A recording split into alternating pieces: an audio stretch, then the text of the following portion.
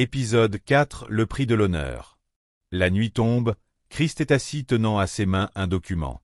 C'est une convocation de la part de l'école. L'école exige un paiement d'assurance avant la fin de la semaine. Au cas contraire, elle sera dans l'obligation de mettre les jumeaux et la cadette à la porte. Christ demande alors un prêt au chantier. Le contremaître, froid, amer, presque cruel, le fixe sans compassion. Ici, personne ne te sauve. Trouve l'argent en multipliant des heures de travail. Sinon pas, tu te débrouilles ailleurs.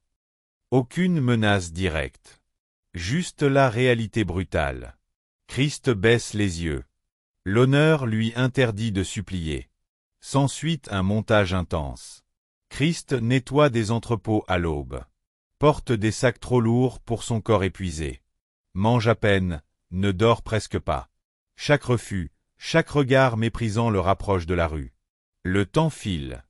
L'assurance doit être payée avant la fin de la semaine. Julia, ayant appris la nouvelle auprès de la cadette, rencontre Christ un soir pour savoir ce qu'il comptait faire. Après l'explication du plan de Christ, Julia surprend ce dernier demain au chantier. Elle travaille avec lui sur l'un des chantiers. Elle observe Christ. Sa dignité malgré la misère. Sa fatigue qu'il cache. Son refus de voler ou de mentir. Elle ressent quelque chose de fort, mais se tait. Elle sait que Christ est déjà en guerre avec lui-même. Aimer, pour elle, c'est respecter son silence. Presque minuit. Christ compte l'argent, tremblant. Il manque encore une petite somme. Un dernier travail imprévu. Il accepte, même au prix de sa santé. Il revient en courant, essoufflé, couvert de poussière. Il pose l'argent devant le gestionnaire de l'école. Silence. Il recompte, surpris. Vous avez eu de la chance.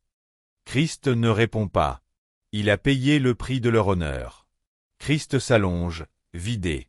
Julia le regarde, avec admiration et tendresse aux yeux. Elle murmure presque pour elle-même. Il ne sait même pas à quel point il est fort. Christ a gagné la nuit. Mais la vie, elle, continue de demander son dû. Ben joue au football dans la rue, pieds nus, avec un ballon usé. Par son talent, sa vitesse et sa créativité, il impressionne tout le quartier. Les gens s'arrêtent pour le regarder jouer, parler de lui, l'admirer. Benny de son côté, chante dans la rue avec une guitare fabriquée en fil rouillé. Malgré la pauvreté, sa voix est pure et touche tous ceux qui l'écoutent. Les habitants du quartier s'arrêtent, émus, et parlent de lui avec admiration. Julia cherche clandestinement le numéro d'un des contacts de son père qui possède une entreprise de livraison. Une fois trouvé, elle appelle pour solliciter un rendez-vous. Ce dernier accepte de la recevoir demain au bureau. Lors du rendez-vous au bureau, Julia plaide et sollicite un emploi pour Christ. Ce dernier hésite mais finit par céder et se sent touché par la triste histoire de Christ relatée par Julia.